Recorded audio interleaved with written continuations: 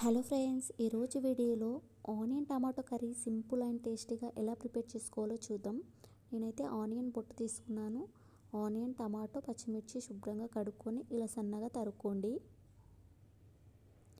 ఇప్పుడు stove on చేసి కడాయి పెట్టుకోండి. కడాయి హీట్ అయ్యాక ఆయిల్ వేసుకోండి. ఆయిల్ హీట్ అయిన తర్వాత ఆవాలు, జీలకర్ర వేసుకోవాలి. ఆవాలు, జీలకర్ర చిటపటలాడుతుండాలి.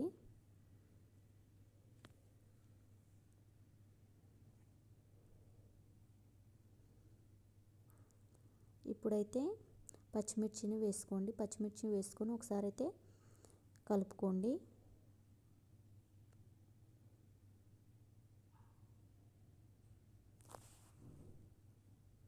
మనం ఫస్ట్ కట్ చేసుకున్న ఆనియన్స్ ఆయిల్లో వేసుకోండి. మొత్తం వేసుకొని ఒకసారి మొత్తం మిక్స్ చేసుకోవాలి.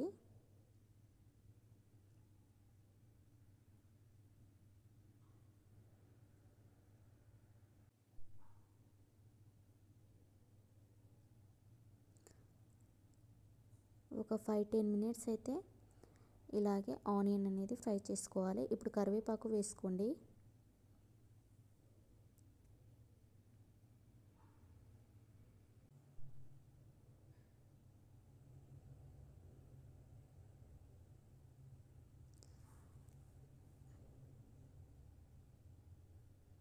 సాల్ట్ వేసుకొని మొత్తం ఒకసారి కలుపుకొని ఒక 5-10 మినిట్స్ అలా కుక్ చేసుకోండి.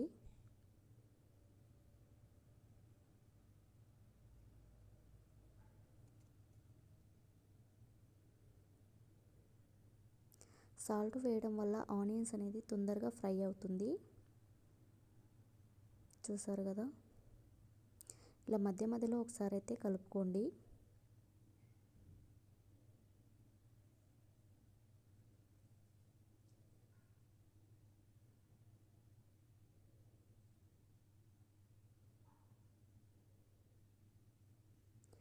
ఇప్పుడు పసుపు వేసుకొని మొత్తం ఒకసారి మిక్స్ చేసుకోండి.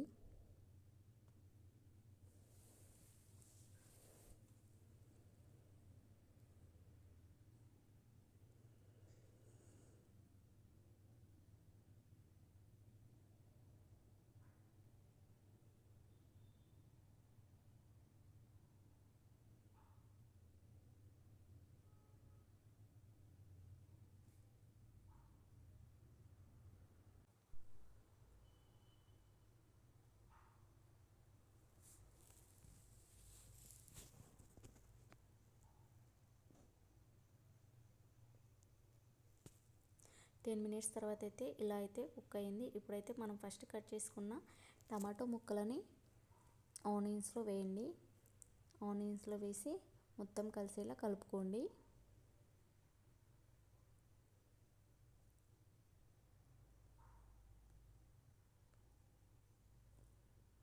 టమాటో ముక్కలు అయితే తొందరగానే ఫ్రై అవుతాయి.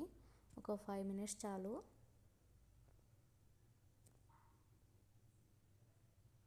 దక్కన వేసేసుకోండి.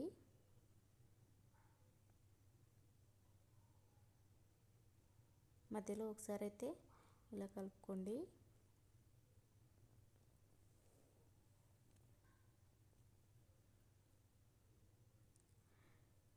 టమాటో ముక్కలు అయితే చక్కగా ఫ్రై అయ్యాయి.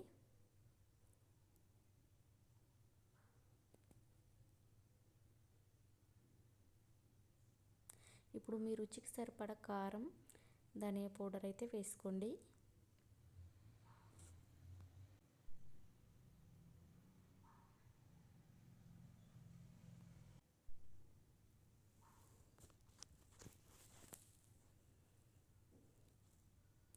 కారం, ధనియా పౌడర్ వేసుకొని మొత్తం కలిసేలా కలుపుకోండి.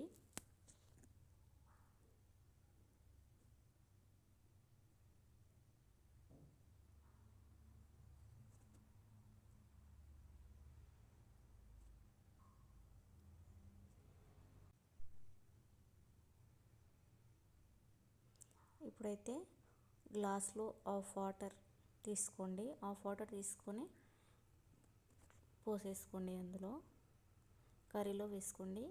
ఆనియన్ టమాటో కర్రీ అంటే కొద్దిగా గ్రేవీ అనేది ఉంటుంది. మీకు ఇలా వాటర్ కాకుండా చింతపులుపు తినాలనిపిస్తే చింతపండు అయినా నానబెట్టుకొని ఆ వాటర్ అయినా పోసుకోవచ్చు. ఒక 5 మినిట్స్ అయితే కుక్ చేసుకోండి. వాటర్ వేసిన తర్వాత 5 మినిట్స్ తర్వాత ఇలా కొత్తిమీర పుదీనా అయితే వేసుకోవాలి. కొత్తిమీర పుదీనా వేసుకున్న తర్వాత ఒక 3 మినిట్స్ ఉంచుకేసుకోండి. చూసారు కదా, 3 మినిట్స్ తర్వాత ఎంతో చక్కగా రెడీ అయింది.